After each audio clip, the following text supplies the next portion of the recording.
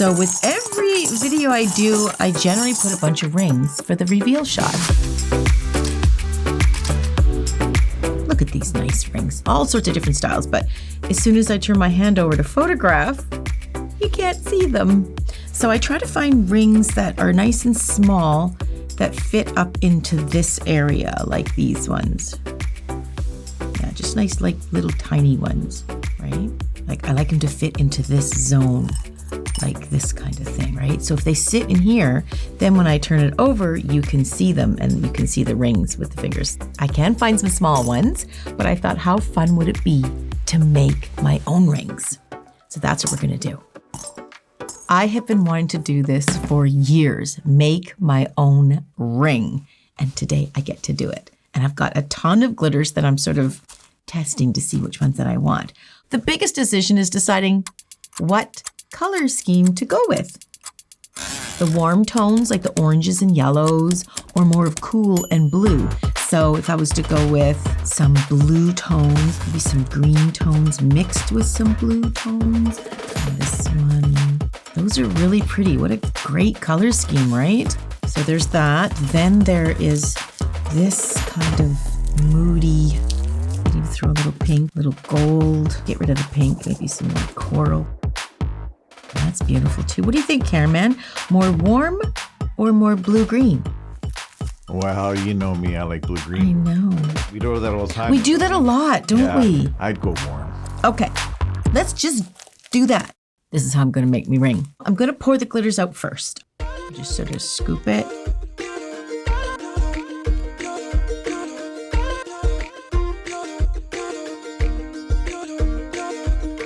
I'm gonna use this ring as a reference because I wanna put it on this knuckle. So for me, it fits on this one. And of course it goes down to the first knuckle, but if I was to rest it there for a photo, it would stay there. Okay, so, and then it also fits on my index. So this is a good size. So I need something though to build the gel on top of it so I can put all the design in it to make the ring. This won't fit on here, so I can't use this as a template. If I pull this off, I can't get it over the first knuckle of this finger. So I can't use this. So what I'm going to use is a form. I know that when I put gel on this form, it will pop off. I need something to shrink in size. Well, you'll see when I start to build. So I do need to build this form so that it is in the same size as my finger. So I'm going to roll this form up. It's simulating my finger size, right? And I can regulate that really easy. So let me see if I can get, oh yeah, that fits on there nicely. I'm just letting it loose a little bit to let it fill out that finger. Okay, so I can get my ring on that finger. So that's feeling pretty good. So I'm gonna steal that donut back again, and I'm going to use that to seal this together. I'm gonna try to hold this side. So whatever substance you build your nail on, just make sure that the gel doesn't stick to it. So I'm gonna take another form here, and I'm going to use it as like a big giant piece of tape to hold this thing entirely together. Okay, I've rolled my finger. Now I'm going to test it and make sure this ring fits on there nicely. Yeah, that's really nice. And this area here in particular is quite snug. It doesn't really want to go anymore. So that is really where my finger wants to be. So how I'm going to do that, I'm going to build it with my clear gel. I want a clear gel for this because I want to see all these sparkles dimensionally right through. Now I sort of have to decide before I put this first layer down, how wide do I want my ring? I don't want it like really thin. If I'm going to go through all this work, I want to be able to see the design. And I want as much ring estate as I can possibly get. So I'm going to make it a bit wider, okay? So this is my area here. I am going to put this down and I'm gonna roll it on the whole thing. See how I'm just turning it? It'll meet up on the other side. Now I'm gonna flatten it, let it settle a little. Now, of course, gel is self-leveling. This particular gel is a little bit thicker viscosity. So on that note, it's going to take less time to flatten, which is good because I don't want it to pull on the other side because this is circular. It's not a flat-ish surface like nails anymore. So I'm going to widen it out a bit because I do want lots of space and area to do the design. I don't want it to be a super thin ring. So just take your time on this one because this is laying the foundation for your ring. We do want to get it as straight as possible, and you'll see why, because that will come in with the filing. I know, I sound like I've done it before, but I literally have been thinking about this for like at least 3-4 years now. I think I dream about it. Isn't that terrible? Should always find time to play, right? Okay, now I'm not going to cure it. See how it's all on there? It's hard to see because it's clear, but let's change that. We're going to add some stuff. I'm just going to clean my brush with the gel here a bit because I want it to be sticky, but I don't want it to be picking up everything. I want to be very particular about what I pick up and where I put the sparkles. I'm going to start placing, you know what I think I'm going to do? Because it's a ring, I think I'm going to go lighter and then move into a darker color. Because you can only see one side of a ring when you're wearing it. So if I turned it over, I'd get like 2 different colors of it, like 2 different rings. Okay, so I'm going to completely on the opposite side, which will be good for the gel because it'll give it time to settle. And I'm going to do a darker color over here. See that? That's a neat idea. I really love this golden, oh, that is just gorgeous. Okay, but I'm getting into the lighter zone now, so I'm gonna bring in this really bright peach. Okay, so now I'm going into the lighter, so I'm gonna grab a little bit more of this. Get the lighter ones in here. And I wanna bring in some more, oh, this one. So I can join these 2 colors together. This orange one is like, I think, one of my favorites.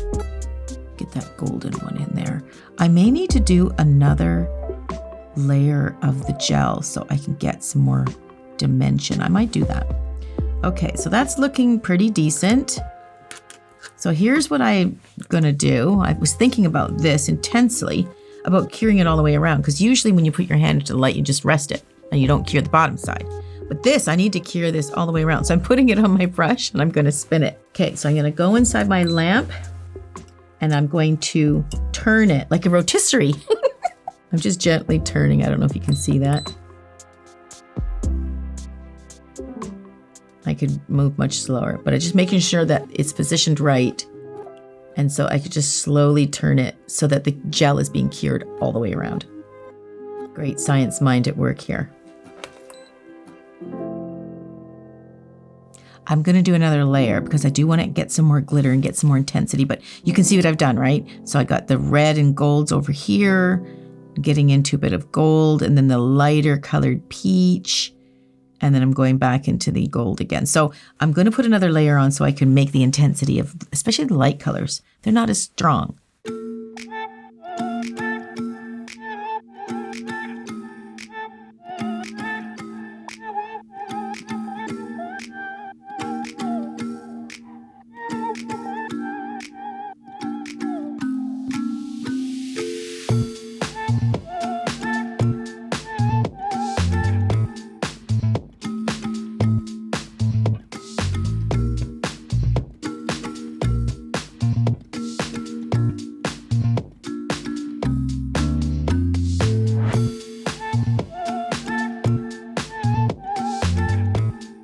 Those of you who are nail technicians, this is no different than just an inlay, just encasing it. Just a different structure really, but it's the same method. I'm just literally putting a nice thin layer to encase the previous design and colors. Okay, I'm just gonna let that level out just a little bit. Okay, so like I said, where the peaches are and stuff, I'm gonna add some more to make sure I've got that real peach intensity there. I really do like those colors. And make sure that we can see that. Every now and then I just dip my brush in a little bit of alcohol to get rid of any bulk that my brush is picking up when I go dab some things on there. Just getting those little guys in there. I just love those little guys. Little tiny dots. Now I'm going to pick up some of these. Oh, you know what? I forgot that I did find these too. Whether you can see these or not. These are like caviar beads. Let's see if we can get some in there. Stick them in. We can just add a nice little glitter. Sorry, cameraman, this is a noisy shirt. It does make some noise, yeah. No. You know what Cardi said to me the other day? I can't believe I see you wearing a shirt with a collar. Oh. See, I got a collar. Yeah, it's quite... It's very, very stiff. It's very, starched. Organized, yes. I don't usually wear organized clothing. So I'm just sticking some caviar beads in there for a little extra oomph. But I want to make sure they do get in there. Okay, so I'm going to just look at my color. I'm getting really picky. And I'm just looking at the color and make sure I've got the intensity. Now, one of my favorite colors was this orangey stuff. I'm just going to get a little bit more of that in there. I do love it. It's just so intense. And I'm going to get some more of this. This kind of red glitter is awfully pretty too, just to create that dimension. Now you do want to keep turning it depending on the type of gel that you've used. If you have any gel that's runnier, you want to make sure you keep turning it to keep the consistency of the shape. Otherwise, you're going to end up with like a teardrop on one end. If you kind of get lost in your thought there because you're decorating, you just got to remember, you got to keep turning it. Like, keep that rotisserie finger going. Okay. That's loaded. Look at that. See, it's kind of light and peachy and gold and light colored, and then we get over here and it's kind of red. But you know what? I did kind of cover up the red. Let me just see if I can get some little red dots in there. It's the detail, right? It's the little tiny ones that pick up the light.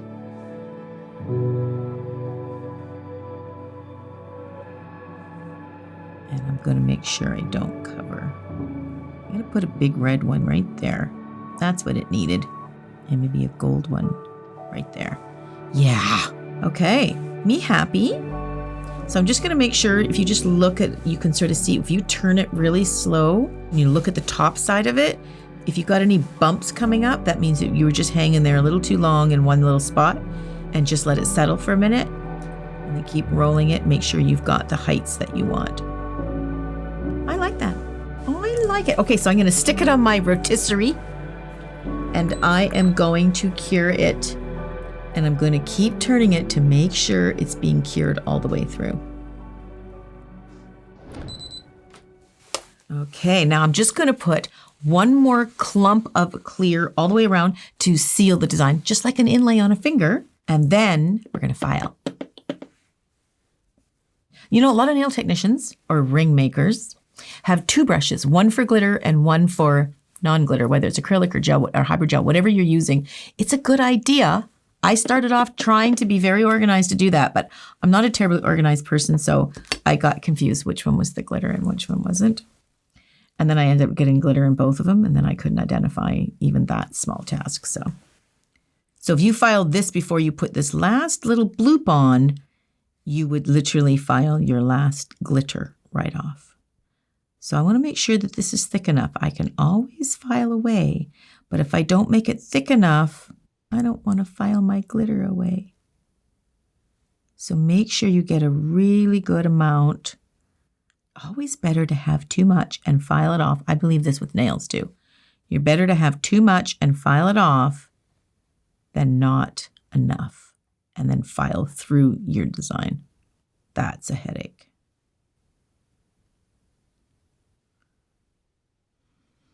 Okay, look for those bumps, and now I'm going to cure it, and then we're going to file it. Okay, so it's fully cured. Now I'm just going to remove just like gel, it's going to have a little sticky layer, dispersion layer on it. Just going to remove that. Then we're going to take it off of my fake rotisserie. Okay.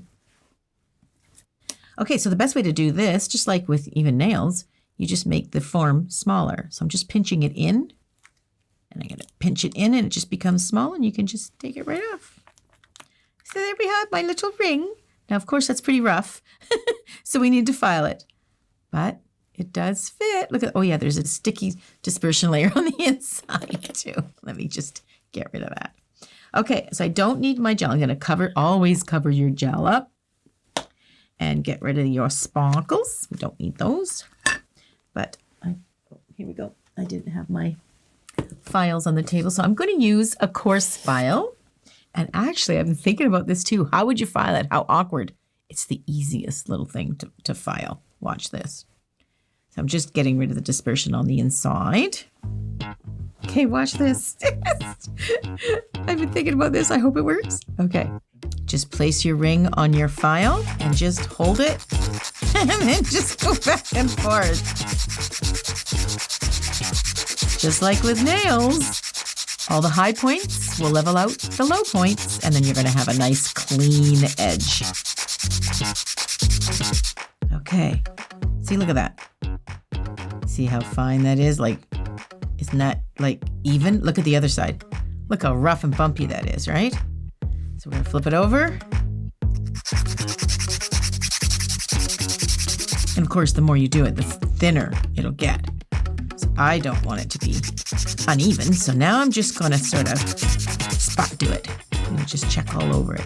It's kind of wobbly. So now I'm going to sort of spin it on my finger, and then I'm going to see all the high points and just file the top, just like I would a nail.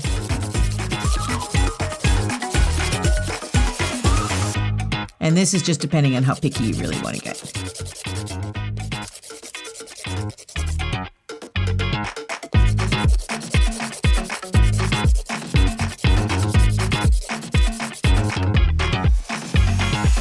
Okay, so I filed it all up and I prepared it for the top coat. But I don't want to just paint the top coat on, because if I get it on my finger, I don't want it to stick it in there and glue it on. So I can't put it on here because it's just spinning. But good thing I kept this. I could do it. Yep, I could squish it back on. I could do that.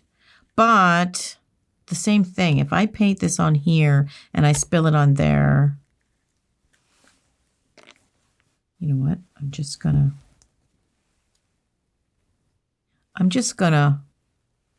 hold this like this. So why are you doing that? Because I want to top coat it.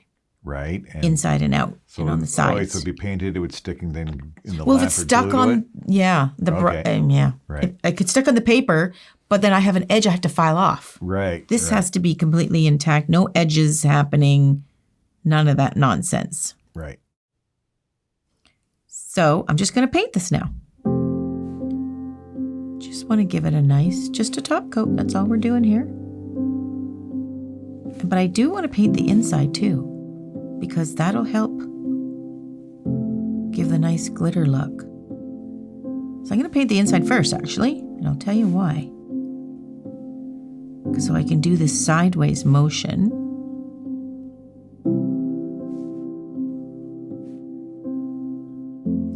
And then I'm going to paint the very sides of it. You know how you paint the end of a nail, like the very end? This is the same type of attitude. I'm going to paint the sides of it.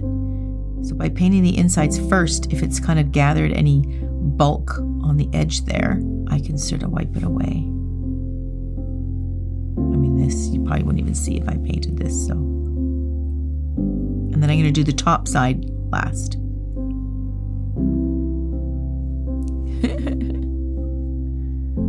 It's cool. It's nice to do something a little different. Okay, so now I've got to do the top side of it. And you can see which parts you have and haven't done because it's really shiny when you've done it. Now your top coat, if you're using a nail polish, you're gonna have to hold it a bit. If you're using a gel, because we're swiping it all on like this, we wanna give the gel polish a chance to settle a little. I'm hoping I can get it smooth through this area here. You know, once you do it, you're gonna go, oh, I wish I did this. I do that with nails too. I should have added more of this, added more of that. That is so cute. Okay, I'm gonna cure it.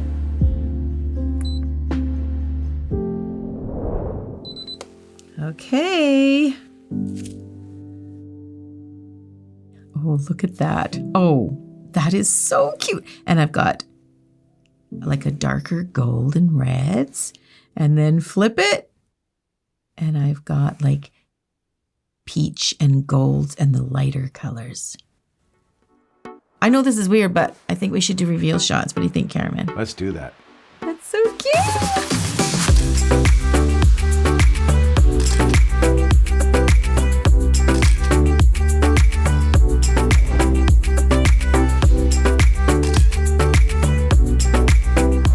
You know what I think would be great?